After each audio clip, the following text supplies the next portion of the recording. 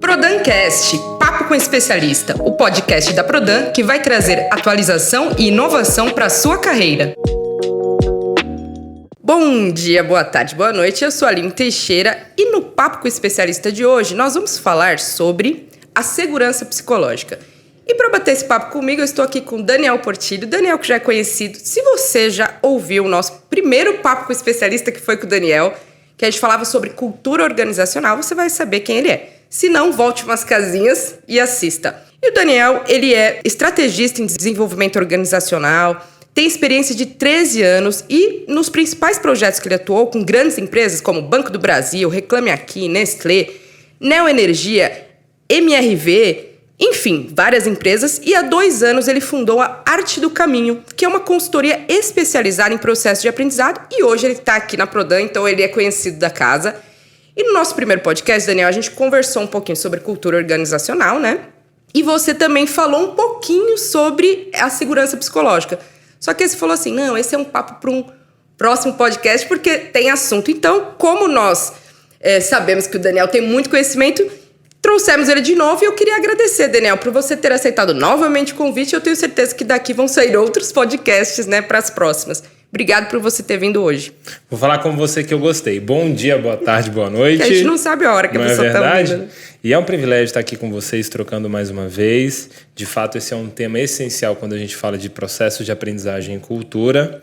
E a gente deixou, né, no primeiro episódio. Voltem aí, pessoal, as casinhas para trás, que é muito interessante. E é uma temática, essa da segurança psicológica, Aline, muito importante. Pra vocês terem uma ideia, todo ano sai uma lista dos maiores pensadores de negócios do mundo. Uhum. E hoje, a maior pensadora de negócio do mundo é a Amy Edmondson, que ela trouxe, né? Ela deu voz para esse termo segurança psicológica. Recomendo a leitura para todo mundo do livro, Organizações Sem Medo. Então, já que você já começou a falar sobre isso, acho que a gente podia começar pelo básico, né, Dani? Pra gente deixar claro o que é a segurança psicológica. Legal. Então, tentando trazer da forma mais simples que eu acredito que eu dei conta nesse momento. Segurança psicológica é uma percepção, né, primeiro, de uma relação. Né? Eu com você aqui.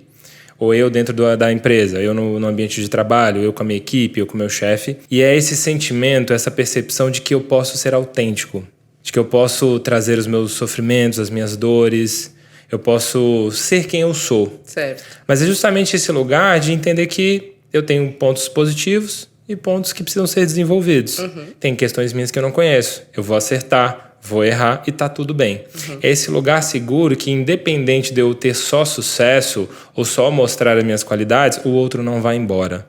Ou o outro não vai me atacar. O outro não vai me ferir. Então, o próprio nome diz, né? Essa segurança na relação. É uma segurança emocional. Então, nada mais é do que essa sensação de entender que você está seguro naquela relação, sendo quem você é, do bom e do ruim. E pode, inclusive, ser um espaço em que o outro te ajuda a reconhecer o que tem que ser melhorado. Ah, entendi. Entende? Bacana. Então, é um pouco desse lugar mais tranquilo, mais seguro da relação, independente das dificuldades. Tá. E, Daniel, então como que essa segurança psicológica, ela afeta o dia a dia de trabalho e a produtividade dessas pessoas, desses colaboradores, enfim? Legal. Eu gosto de pensar, vamos juntos aqui. O cérebro tem uma capacidade de processamento, certo? Uhum. Então, como se fosse um computador. Ele tem a capacidade de tomar decisões, se hoje eu vou usar uma roupa, sei lá, uma roupa escura, uma roupa colorida, qual o problema que eu vou resolver, qual dos e-mails que eu recebi que eu vou atender ou não, se eu vou inovar num processo, vou mudar algum indicador, né? Então o cérebro tem a capacidade de produzir, de pensar. Todo mundo já teve aquele dia de fazer, nossa, não consigo pensar mais nada hoje. Tem muita coisa, né? Pois é, o cérebro já está ali com muitos aplicativos abertos, acabando o processamento dele. Se eu tô preocupado com o que você vai achar de mim, se você vai me atacar numa reunião, se eu falar para você sobre um medo, sobre uma insegurança, sobre uma nova tentativa de processo de mudança, se eu estou preocupado com isso, o que eu estou fazendo com o meu cérebro? Gastando a capacidade de processamento dele nisso. Sim, tá gastando mais energia. É um aplicativo. Imagina que é um aplicativo. Tô aqui com o aplicativo. Tô com medo do que a Aline vai achar de mim. Uhum.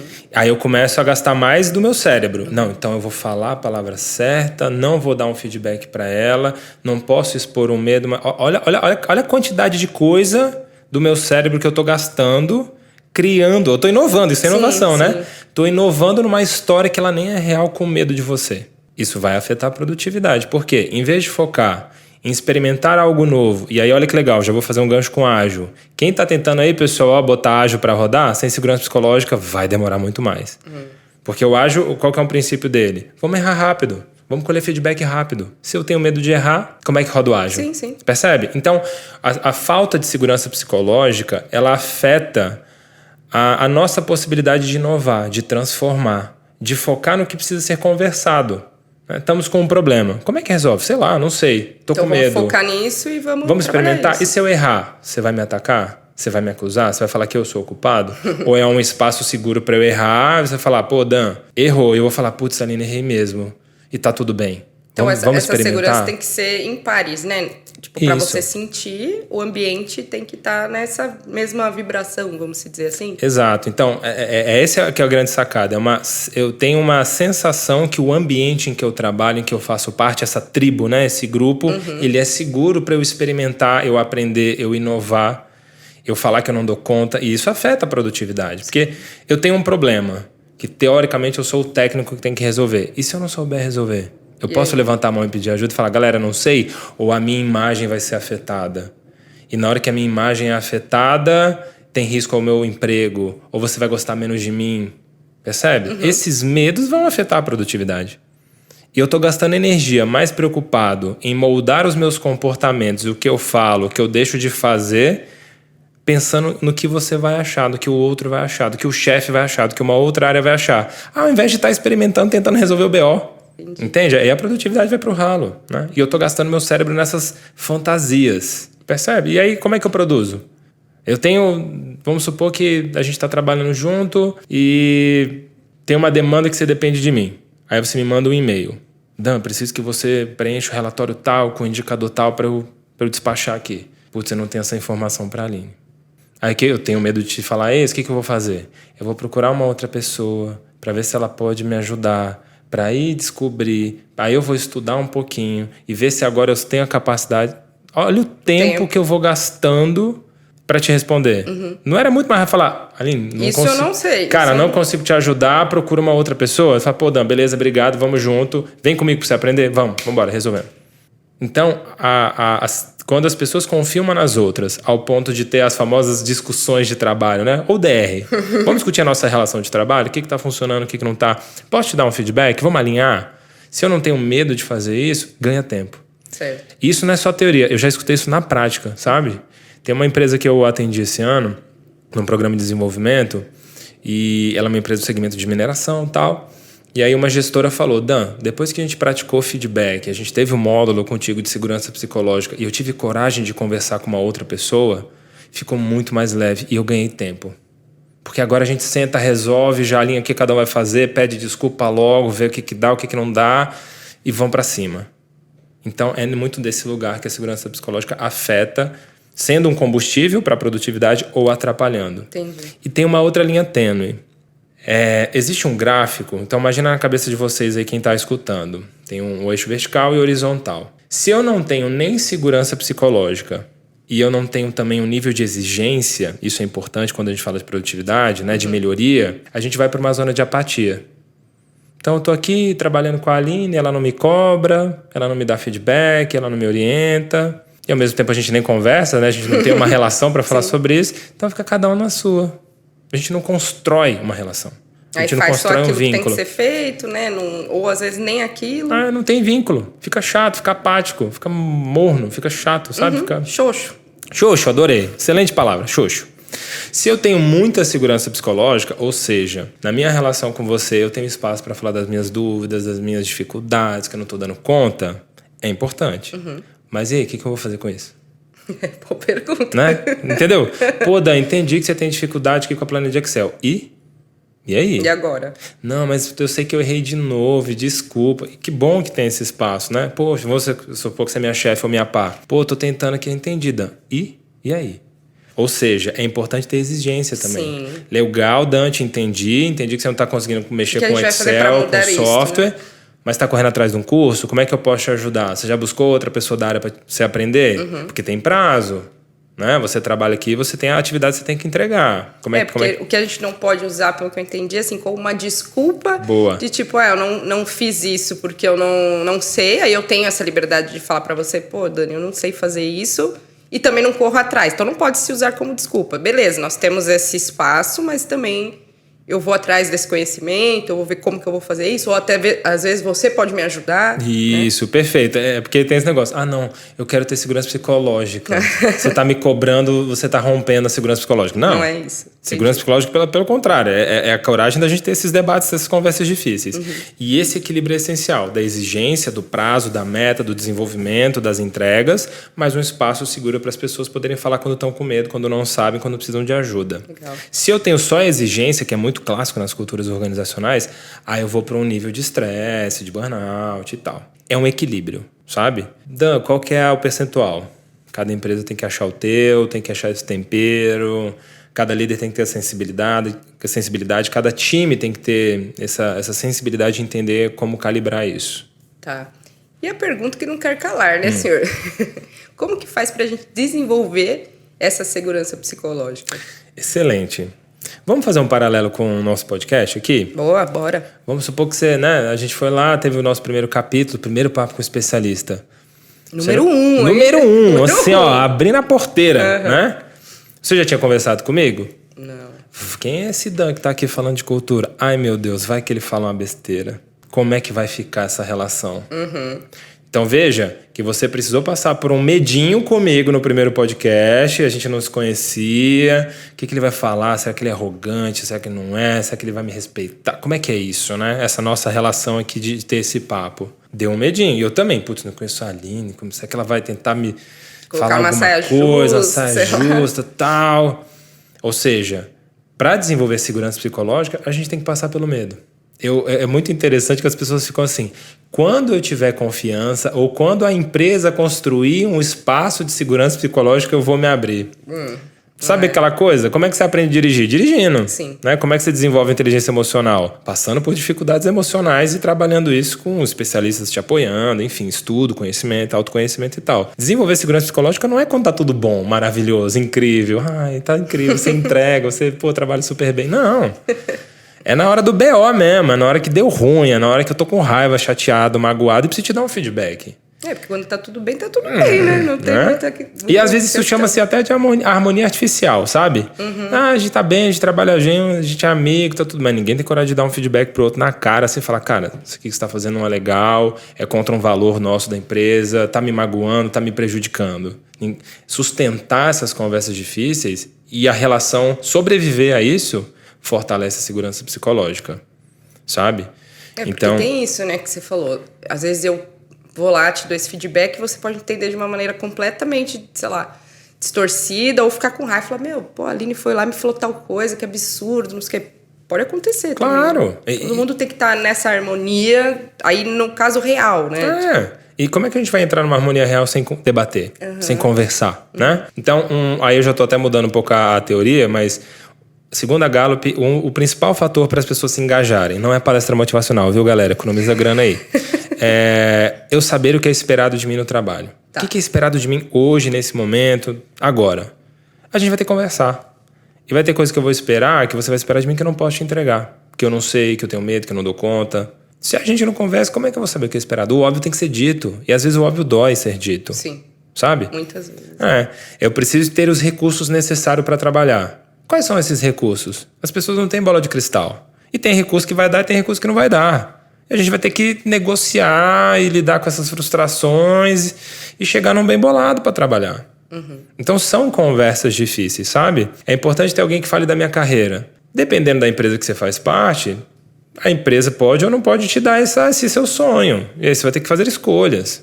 E negociar essas escolhas com o teu chefe, com a tua equipe. Percebe como é uma conversa difícil? Sim. Tem valores pessoais que a empresa não vai conseguir te entregar. E tem outros que fazem sentido. São conversas difíceis e escolhas individuais que você tem que fazer e conversar com o outro. Olha, isso aí fere um valor pessoal meu. Então, esses são fatores que as pessoas, né, dentro desse aspecto da segurança psicológica, são essenciais. Eu tenho algum amigo no trabalho, eu tenho os recursos necessários, eu sinto que eu sou escutado. As minhas dores Isso é são escutadas, as importante. minhas queixas são escutadas. E entenda, ser escutado não significa que tudo vai ser aceito, que tudo vai ser atendido. Mas eu te escuto, eu te entendo, eu tenho empatia. Eu tenho um amigo no trabalho. Eu sinto que existe um espaço para aprendizagem, que eu posso errar, que eu posso pedir ajuda. Isso tudo são características de uma equipe, de uma pessoa que sente que tem segurança psicológica. Agora vamos lá, erro. Tem a história do erro inédito. Primeira vez que a gente gravou o podcast aqui, certo? A gente vai errar? Provavelmente, sei lá, microfone pode falhar, tem a questão de ruído e tal. É a primeira vez, é um erro inédito. Sim. Agora, se toda vez que a gente gravar um podcast a gente cometer esse mesmo erro, não é inédito. Não deixa de ser inédito. Né? Ou então, sei lá, vamos tentar gravar de um outro jeito, botando uma música e tal. A gente tá inovando, fazendo um processo diferente. Vai ser inédito também. E tá tudo bem experimentar. Isso faz parte da construção de segurança psicológica. Aí já entra o ágil, já entra transformação, mudanças estruturais e tal. Eu acho que, assim, pelo que você está falando, e aí pensando um pouco sobre isso, que as pessoas têm muito medo desse erro inédito, né? Então, às vezes, não faz certas coisas, deixa de inovar, porque pode acontecer o erro, né? Não lembro no nosso primeiro dia se teve algum erro, assim, acho que não teve, mas podia ter dado, né? Um microfone que não funcionou, ou sei lá. E dá esse medinho, né? Ou sei lá, gaguejar, né? Nessa nossa relação. Mas se você não vai e não faz, você nunca vai saber, né? Então é uma coisa muito louca, né? Se for pra pensar, assim, tipo, o quanto a gente deixa de fazer as coisas por conta desse medo, desse erro inédito, né? Sim, porque será que eu posso experimentar fazer diferente? O que o outro vai achar? E se der tudo errado, Não, né? mas deixa quieto, vou fazer o que eu já tô acostumado aqui, que é seguro. Por mais que isso não seja tão bom mais, vou continuar nesse lugar, que é seguro. Aí a gente evita a questão da aprendizagem. Aprender sem segurança, você no máximo replica o que estão mandando você fazer. E assim, existe uma pessoa dentro da empresa que seja responsável por começar ou trazer, não sei qual seria o termo correto, essa segurança psicológica para dentro da organização? Tem. É o eu. Nossa, tava na cara, né? Ok. Normalmente as pessoas falam, porque é o líder. o líder, o chefe, a alta liderança, o RH tem que construir um consultor. Se eu tô falando de uma relação minha de trabalho, eu tenho que dar o primeiro passo, eu não posso esperar isso do outro. Quais são os comportamentos e o que é interessante, todos os comportamentos podem impactar a segurança psicológica. Tom de voz, um e-mail mal escrito, um olhar, câmera fechada para quem tem trabalho remoto. Entendi. Tudo isso pode afetar as questões da relação. Tá. Né? Então eu tenho que ter consciência muito de como eu falo, esse cuidado genuíno, esse interesse pela outra pessoa, a gente chama isso de sensibilidade social.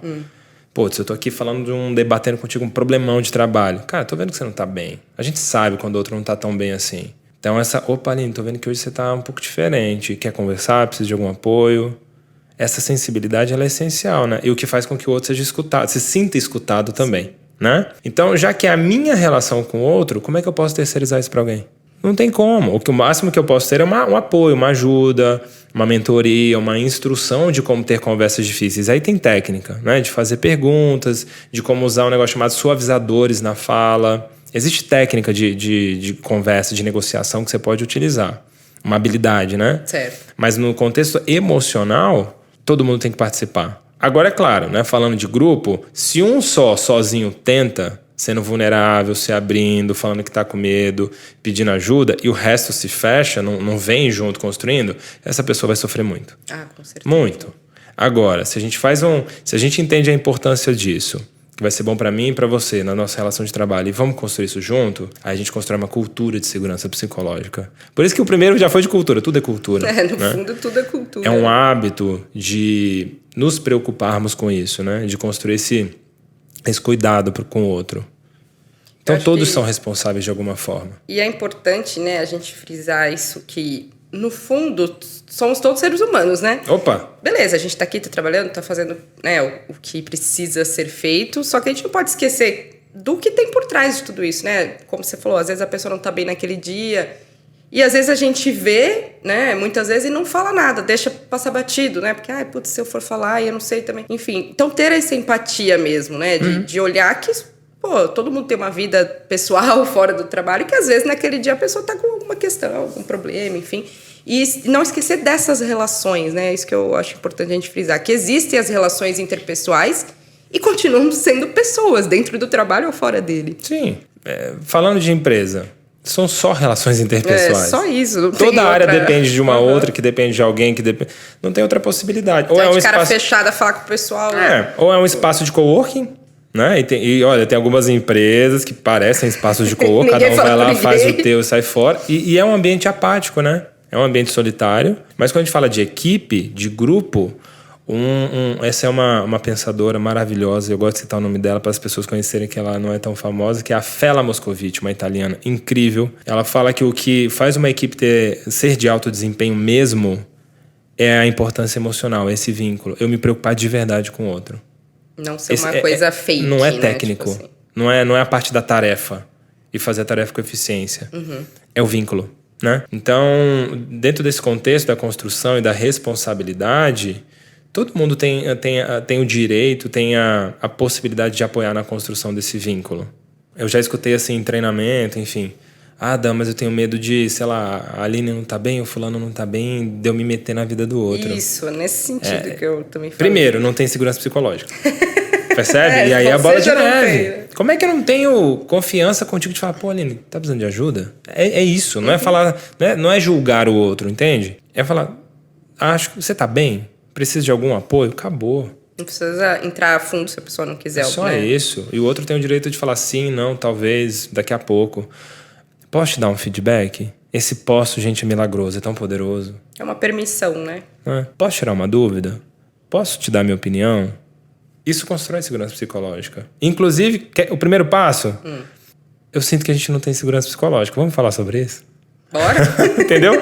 Querem o primeiro passo? Reconheça que não tem. Porque aí é um negócio interessante. Confiança ou segurança psicológica, isso serve pra vida pessoal também, tá, pessoal?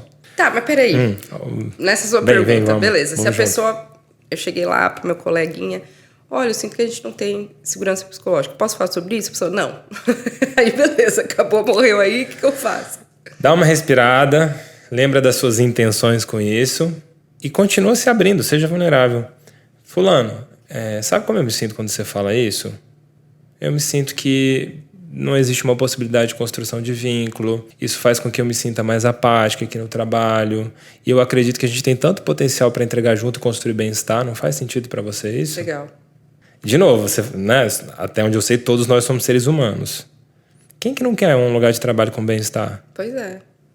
Quem que não Porque às quer... vezes a pessoa tá tão fechada ali naquele mundo, né?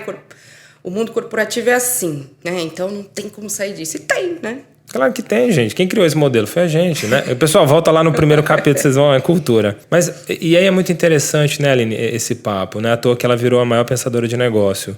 Não é novo segurança psicológica. Eu acho que eu conheci esse termo e tal. Comecei a estudar M tem uns 5 anos, por aí. Um pouquinho mais, não sei exatamente. Mas isso está ficando cada vez mais alto. Por quê? Pensa no nosso país. Ansiedade lá em cima, burnout lá em cima, sobrecarga de trabalho. Muito disso é aspecto emocional, de não ter a segurança psicológica de dizer não. Nossa. E não assim, cara, não dou conta, vamos negociar, vamos ver um outro prazo. Isso aqui é realista, isso aqui eu não dou conta, isso aqui eu preciso de ajuda. Sem desrespeitar, sem subir tom de voz, sem culpar o outro. E é muito interessante que as DRs, a gente aprende isso com novela também, né? Você, Aline, que é a culpada. Gente, isso não é uma conversa... ninguém, né? Isso aí chama-se triângulo dramático. Vítima, vilão e herói. Todo filme, toda novela é assim. Adultos são corresponsáveis. Eu tenho a responsabilidade de te falar o que me magoa, como eu me sinto com um comportamento seu. E alinhar as minhas expectativas que talvez você não vá atender. Isso é coisa de adulto, sabe? Sim. Numa relação profissional. Em casa também, aí tem gente que não consegue nem fazer isso em casa. Então, a segurança psicológica ela precisa ser construída e vencer esses medos, sabe? De conversar como duas pessoas adultas. Olha, isso me fere, isso não me fere, isso aqui eu dou conta, isso eu não dou, isso eu posso te ajudar, eu não posso. Aí entra a CNV, para quem gosta, comunicação não violência, que é uma técnica. Olha, o assunto. Falei que ia surgir o assunto pro próximo podcast. Sempre tem. Sempre tem. Porque são coisas complementares, né? Tudo serve como um pano de fundo pra gente aumentar a confiança no outro. Você falou, né, que nós somos responsáveis por criar desenvolver essa segurança psicológica. Mas, de alguma maneira, dentro de uma empresa, então a gente entende que existe um nível hierárquico, né? Tem os líderes, enfim. Aí é uma pergunta, tá? Não, tamo junto. Não deveria começar por esses líderes para que as pessoas que estão abaixo... Porque, um exemplo. Você precisa falar alguma coisa, pô... E se você não sente que o seu líder tem isso, é difícil se você está numa posição abaixo. Sim. Entende mais ou menos o que eu tô querendo falar? Entendo demais. Não estou invalidando, estou concordando contigo, inclusive. Sim. Eu acredito que seja uma dúvida de outras pessoas também. Isso é cultural. Então, a gente tem um formato... Voltando para o capítulo 1, né, para o primeiro que a gente gravou. Então, as empresas são construídas numa estrutura hierárquica de poder. E aí é muito interessante, eu vou fazer uma provocação agora, uma pimentinha que eu gosto. Ok. Poder, Jung, né? Minha base de pensamento é junguiano. Então, o Jung tem uma frase mais ou menos que é assim: o poder é o contraponto do amor, certo. Onde um não tem como ter o outro. Né? E aí é muito interessante. Se eu gosto de você, se eu me preocupo com você, se eu te amo, e pessoal, aqui não é amor romântico, tá? Sim. É amor afetivo, me preocupo com... Eu tenho um cuidado de afeto, né? Por que eu tenho que ter poder sobre você e te explorar? Qual que é a lógica disso? Né? Então, a gente tem umas estruturas em que o cargo ele tem poder. Eu tenho o poder de decidir se você fica ou não na empresa, se você faz ou não deixa de fazer. Isso vai contra a segurança psicológica. Percebe? Porque, veja, uma coisa é eu ser reconhecido na empresa pela minha responsabilidade do meu cargo e eu tenho que tomar decisões difíceis porque eu sou gestor e eu tenho experiência para isso. Eu não preciso usar poder. O chefe é só mais um cargo que tem outras atividades. E precisa de alguém que pare mesmo, que saia do campo, né, saia da operação, para analisar. Pô, a gente precisa de mais recursos, não precisa, tá todo mundo com uma atividade bem distribuída, não tá? Quais são os treinamentos que a galera precisa, não precisa? Quem é que vai construir esse espaço? Olha só, olha que interessante. Eu preciso de uma pessoa que é o líder, que é a líder, de ajudar o time a construir segurança psicológica. Quem vai ser esse facilitador das conversas? Quem vai ser essa pessoa que vai ter a escuta, a sensibilidade social? Fala, galera, vamos parar aqui. O que está rolando? Então, eu preciso de alguém que saia da operação, saia da atividade, para analisar essas questões. Certo. Isso é o chefe. Sim. Isso é o líder. Percebe? Não deveria ter a vaidade e a imaturidade do poder.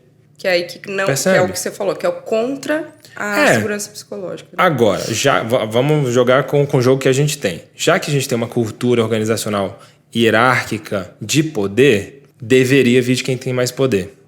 Tá. Estou te respondendo, percebe? Eu fiz uma moldura para chegar nesse ponto. Deveria, porque eu que tenho poder na relação. Então eu tenho que te mostrar que se eu tenho poder sobre você, profissional, tá tudo bem, eu não vou usar ele. Aí, papo para outro podcast. Inteligência emocional, autoconhecimento e maturidade emocional dos líderes. Percebe? Para eu lidar com o meu desejo de poder. Ixi, fomos lá pro Adler. Na verdade, ego frágil. Um ego mal estruturado. Sim. Também papo para outra coisa. Olá, já serão 3, pô. Mas percebe? É eu ter a maturidade de lidar com o meu desejo de poder sobre o outro. E a partir daí falar, cara, eu não preciso disso. Eu vou gerenciar esse meu poder, esse privilégio que eu tenho na relação com o outro. E não vou usar isso contra o outro para benefício próprio. Meu, sabe? Isso é maturidade de liderança. Então, deveria partir do líder esse espaço. Falar, Aline, sou teu chefe aqui e tal. Tá tudo bem. Vamos nessa, tamo junto. O que você precisa? O que você espera de mim como seu líder para te apoiar nesse desafio? Sei que tá difícil. Isso aqui eu consigo, isso aqui não dá. Esse recurso rola, esse não rola. Entendo que você tá com problemas, mas a gente tem prazo. Consegui negociar uma vez. Lembra da exigência? Sim. 2 vezes. Aline, 3 vezes eu achei que isso não vai dar. Você tá tendo consciência do impacto de você não entregar isso? Olha, mas percebe que tem segurança psicológica nisso? Sim. Eu posso ter segurança psicológica na demissão. Das pessoas entenderem que...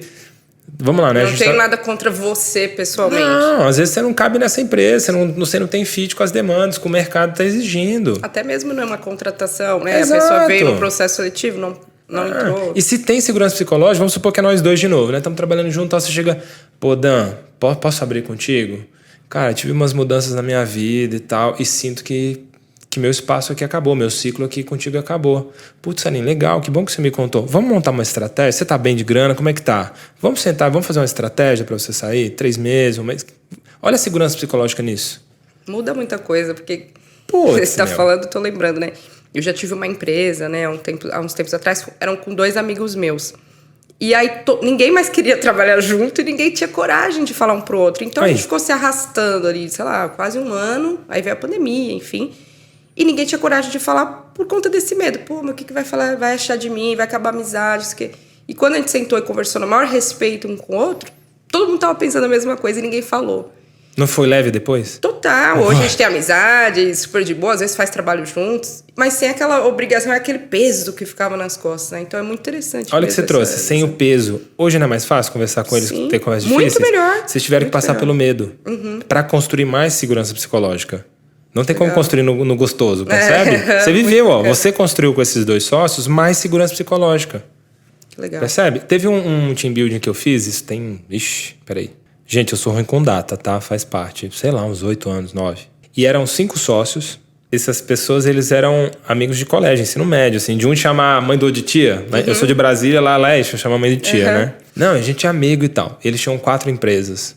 Um dos sócios tava tocando uma empresa que ele era infeliz, ele queria ir pra outra. E não tinha coragem de falar. Não, mas a gente é amigo, sai junto, churrasco na casa do outro, padrinho de casamento, não sei o quê. E aí, como é que vence o medo? Eu falei, então tá bom.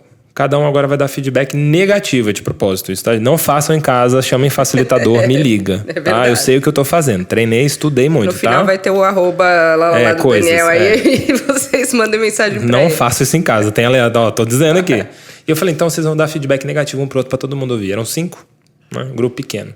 Morreram de medo. Então, olha isso. Se eu tenho uma amizade de tantos anos, como é que eu não falo pro outro uma parada que ele tá fazendo que não tá boa? Que às vezes tá te incomodando. Né? Que tá incomodando 10 horas, 12 horas por dia de trabalho, montando mais empresa. Era um grupo que tava crescendo. Percebe? Cadê a segurança psicológica? Então, segurança é camada de cebola. Eu tenho um nível contigo, aí a gente pega outro projeto junto que vai para um outro nível e outro, sabe assim? É construção, é tijolinho a tijolinho, é pedaço a pedaço. Então, você com esses teus amigos, os que eram teus sócios, foi um desafio que botou um tijolinho novo ali. Com certeza. Podem ter outros projetos, outros momentos de vida que vão exigir outras conversas difíceis que... Outro tijolinho. Lógico. Mas tem um aspecto de neurocientífico aí. Resumindo, a dor física que a gente sempre... Sabe? O dedinho na quina da mesa, porta do carro que fechou no dedo, que dói muito, né? Qualquer dor física, no cérebro, onde brilha os neurônios, e a dor social... Por exemplo, a dor da rejeição, de um feedback, de não ser gostado, de alguém rir de você, de um bullying, é a mesma área do cérebro. Tem em termos de neurociência, tem estudos feitos, brilha a mesma área. Ou seja, a dor física e a dor emocional, para o cérebro é a mesma coisa. Então, o que eu quero dizer com isso? Na hora que você chega para um sócio desse, teus amigos, e tem medo da reação deles, é assim, putz, eu tô saindo do projeto. Quer ver? Eu vou ler tua mente. Tô saindo do projeto, o que eles vão achar de mim? Tô abandonando eles não vão gostar mais de mim. Eles não vão ser mais meus amigos. Sim. Você não vai ser mais amada por eles. Você não vai fazer mais parte da tribo deles. E pensa numa tribo. Você sozinho no meio do mato. Você sobrevive contra um urso? Não. Em tribo, sim.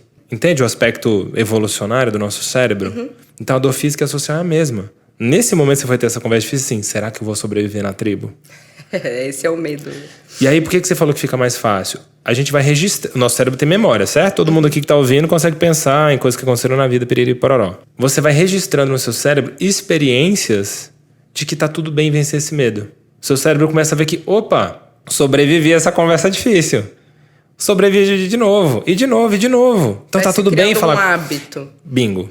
Leva um tempo, né? Então eu gosto de brincar que cria calo. Sabe? Cria calo. Você cria calo de ter conversas difíceis. Óbvio que tem umas que doem mais, outras menos, e aí vai. Então é um processo mesmo. O cérebro registrou.